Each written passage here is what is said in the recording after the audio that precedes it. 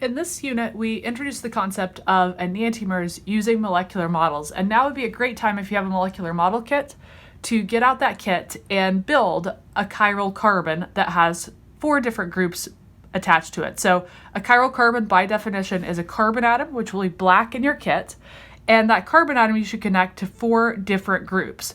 And I'm illustrating the 4 different groups in my molecular models just using different colored atoms. So white, red, orange, and green. You can use whatever 4 colors you want, or you could attach much more massive groups here. It doesn't matter. I'm just trying to make a simplified illustration here by using different colors to represent the 4 different groups that are bonded to this carbon. So the carbon atom that we have here in black, we would definitely define as a chiral carbon because it has 4 different groups bonded to it. On the other hand, on the right side here, I have an additional molecule that also has a chiral carbon. So this is our chiral carbon here, and it has the same 4 groups bonded to it. So it has the red group, orange, green, and white. So we can ask ourselves whether these 2 molecules that we've created are related to one another as enantiomers. In other words, are they non-superimposable mirror images, or are they totally the same structure? The way we can address that is by physically rotating around the molecules and seeing if we can totally superimpose all the atoms by doing that. If we can totally superimpose all the atoms by doing that, the 2 molecules are the same. If no matter how we rotate or turn the molecule around, we can't totally superimpose them, but we can make them mirror images, then the 2 molecules are related as enantiomers. So let's go ahead and do that for these 2 structures. So I'm gonna go ahead and try to match up, all right, red with red, green with green.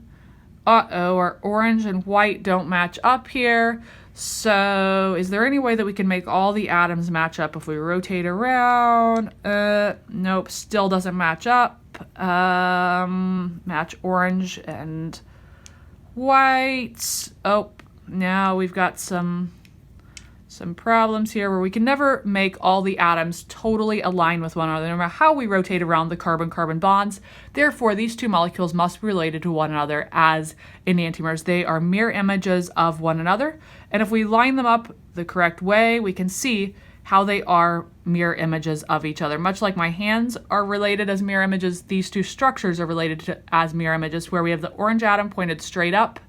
The green atoms are out to the left or out to the right. Red atom is kind of back to the left or back to the right, and white is pointed forward in both cases. So these are related to one another as enantiomers. The only way to make these 2 molecules identical is to physically break a bond and put them in different places. So we can make these 2 molecules identical only if what I do is physically rip off by a chemical reaction, is the way we could think of this bond between carbon and the green atom, rip off the bond between carbon and the hydrogen, or the white atom here, and move those.